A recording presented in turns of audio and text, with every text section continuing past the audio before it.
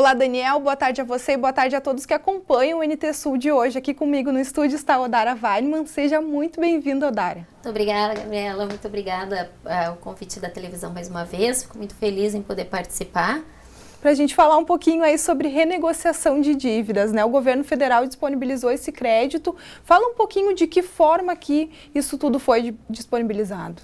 Eu costumo dizer, né, que quem vê a robustez do agronegócio aí sendo divulgada na mídia como o grande fomentador da nossa economia brasileira, o alavancador de toda a economia, parece que desconhece que os números também são muito grandes em relação ao endividamento. Nós tivemos recentemente a MP do Agro, conhecida MP 897 de 2019 agora, foi publicada. Essa MP encerrou agora, na última semana, o prazo para emendas. Da maneira que ela foi publicada, ela deixou a desejar com o principal objetivo dela, que era restabelecer o crédito para o produtor, restabelecer a condição dele de tomada de crédito e a recuperação, um pequeno fôlego para que ele pudesse retomar a atividade produtiva. Para quem assiste neste momento, Odara, é produtor rural, entender a renegociação e a prorrogação, ela pode ser acessada de que maneira? Nós temos que fazer principalmente a diferenciação entre essas duas modalidades, né? É muito comum o erro técnico em relação a isso. A prorrogação é aquele pedido que o produtor vai fazer diretamente na instituição financeira, pedindo para prorrogar aquela operação que ele contraiu, naqueles mesmos moldes. Se você tem um custeio e a taxa de juros dele é 8,75 e para pagamento em 5 anos, é nesses moldes que ela vai ser prorrogada.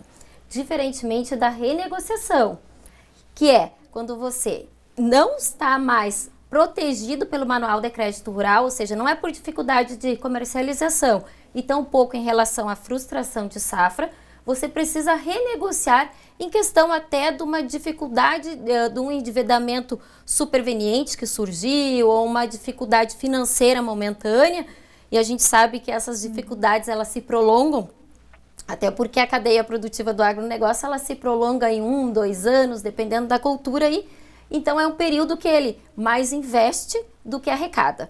E para pagar uma dívida, tu sabe que você precisa arrecadar mais do que aquilo que investiu.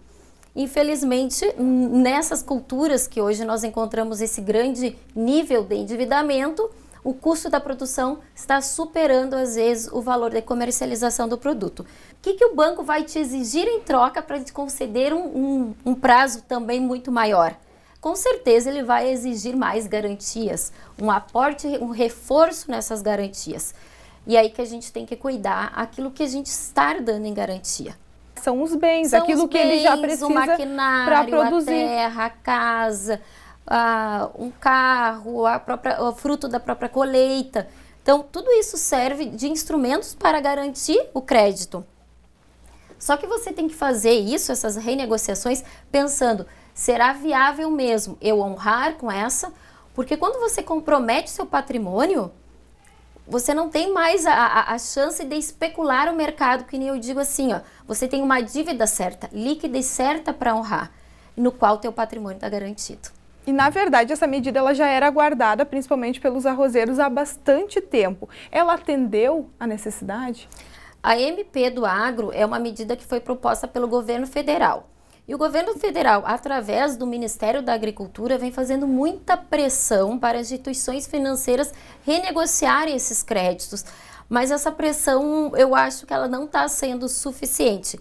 Foi proposta, então, pelos parlamentares essa medida provisória, no qual prevê inúmeras alternativas lá de viabilizar o acesso ao crédito.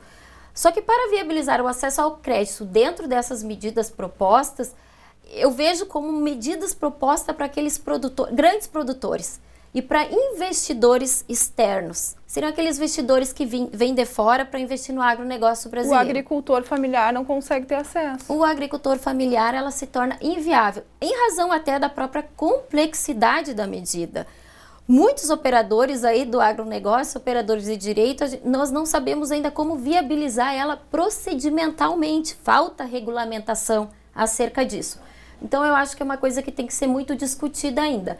Paralelo a isso, as instituições financeiras estão propondo as suas medidas de composição de dívidas, Dentre essas que a gente acabou de mencionar aqui do Banco do Brasil, que concede o mesmo prazo em caso de prorrogação, que concede prazo de até 10 anos para o produtor em caso de renegociações, e também temos a linha do BNDES, linha essa que foi criada no outro ano, mas que está tendo baixíssima adesão. E que também exigem bens como garantia. Na verdade, a própria circular da linha diz que a instituição financeira poderá exigir quantos bens necessários for para garantir a operação. Porque a linha BNDES é assim, ó, tem esse banco que vai liberar o crédito, que é o BNDES, o produtor vai acessar o crédito do BNDES via Banco do Brasil, e o Banco do Brasil vai ser um garantidor junto ao BNDES. Então, por que inviabiliza? O banco não quer ter uma função de avalista do produtor.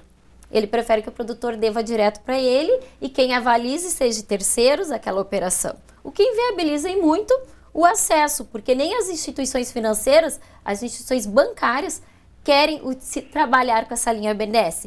Ela é uma linha que tem um prazo muito bom, seriam 12 anos, 3 de carência e 9 para pagamento. Mas a taxa de juros dela é considerada alta para o produtor ainda, fica em torno de 12% a 13% ao ano. Era isso que eu ia te dizer. Se a pessoa já está endividada, as chances são poucas aí. São poucas, mas ela tem a vantagem de que pode compor dívidas bancárias, ou seja, você deve tanto para um banco, vamos dar um exemplo aqui para o Banco Banrisul, e deve para várias empresas cerealistas. Você vai poder reunir todas essas dívidas e fazer uma composição de dívida só, junto ao Banco Banrisul. Quem vai fornecer o crédito é o BNDES e vai pagar aquele parcelamento lá em 12 anos.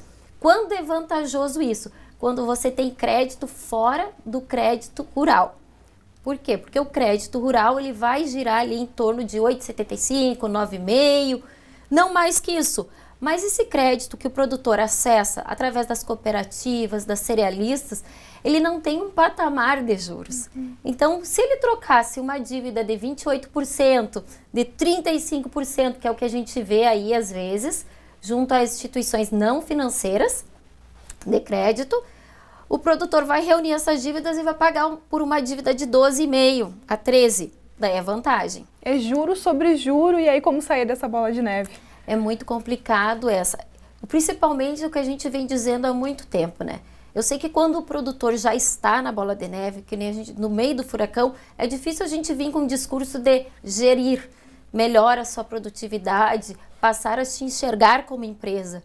Mas nessa tecla, há muito tempo a gente vem batendo. A importância do produtor parar de se ver como um pequeno produtor da agricultura familiar. Ele vai subsidiar sua família, ele vai produzir para o sustento próprio. Mas ele é alguém que muitas vezes ele emprega, ele comercializa, ele ofere renda, ele capta recursos junto a instituições financeiras. Ele exerce uma atividade semelhante à do empresário, para não dizer igual. Então, ele tem que tomar os mesmos cuidados que uma empresa toma. E, principalmente, gerenciar os riscos inerentes a essa atividade. E aí, se os oficiais são bastante difíceis ou muitas vezes impossíveis, o produtor acaba buscando outra maneira de crédito, com aí os juros bem mais altos, o que acaba dificultando, às vezes impossibilitando do pagamento. Porque o lucro não vai ser tão alto na lavoura assim. Ou quando se tem lucro, né? Nós vemos aí dessa crise aí, que nós dizemos do arroz, do setor de arroz. Eu não vejo uma solução a curto prazo para a questão do arroz. Se o governo federal não implementar as medidas que foram objeto de promessas no período da campanha, como a própria securitização para o setor, essa securitização favoreceria os produtores de arroz, porque teria um prazo muito maior e uma taxa de juros menor para pagamento dessa dívida. Na dificuldade de acessar essa composição de dívidas, a gente sempre aconselha que o produtor busque seus direitos e acesse via judicial, tá? Porque foi uma medida distribuída que está circulando aí pelas próprias gerências de recuperação do Banco do Brasil. Então, o Banco do Brasil deve sim priorizar essas composições de dívida nesse período, e nós temos o STJ que já disse, é dever do produtor ter as suas dívidas prorrogadas em casos de comprovação de frustração de safra, de dificuldades de comercialização. Esse é o principal objetivo do governo, é manter a atividade produtiva. E nesse sentido, agora que você falava, a gente falava de planejamento de uma safra, né, que está começando agora. É possível o banco impossibilitar de um novo crédito por conta dessas renegociações e prorrogações? Sim. O próprio banco orienta isso, que em caso de renegociações, que é aquela que você pode prolongar a sua dívida para pagamento até 10 anos, ele já diz, o produtor fica impedido de continuar operando com o banco. E aí como que continua trabalhando? Então, com aquele banco, eles não estão impedidos de acessar outras instituições financeiras.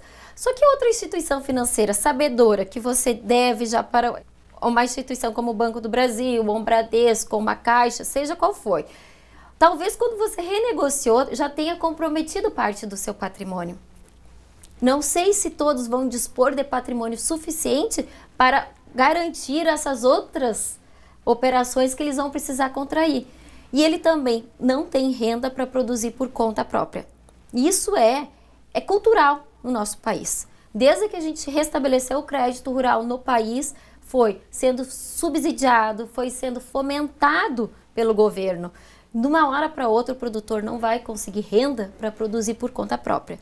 Então, de uma maneira ou de outra, ele vai acessar o crédito, seja ele o oficial, seja ele não oficial. E também tem produtores que já nos procuraram dizendo assim, nós não estamos conseguindo crédito em lugar nenhum. Esse ano nós não vamos plantar. Está se esgotando a época, já é época de estar preparando o solo, já é época de estar plantando. E muito produtor não conseguiu acessar crédito. E por isso que eu volto a dizer, essa é uma das maiores crises que nós estamos tendo no Rio Grande do Sul em relação ao produtor de arroz. Mas também o produtor da pecuária de leite está passando por inúmeras dificuldades, pecuária de corte, soja, milho, gente, é preocupante. Na tomada de decisões de qual financiamento tirar, é importante não assumir responsabilidades maior do que você possa honrar. Porque senão você vai estar comprometendo o próprio patrimônio. E não é só uma safra seguinte que não vai acontecer, são todas as outras. Não só o patrimônio que gera alimento, mas também o patrimônio das gerações futuras. Odara, muito obrigada pela tua vinda aqui ao estúdio. Eu que agradeço, estou sempre à disposição para estar aqui batendo um papo contigo. Tá bom, então, nós da mesma forma. Daniel, nossa conversa foi com a Odara, ela que é advogada, especialista em direito do agronegócio. Eu volto com você.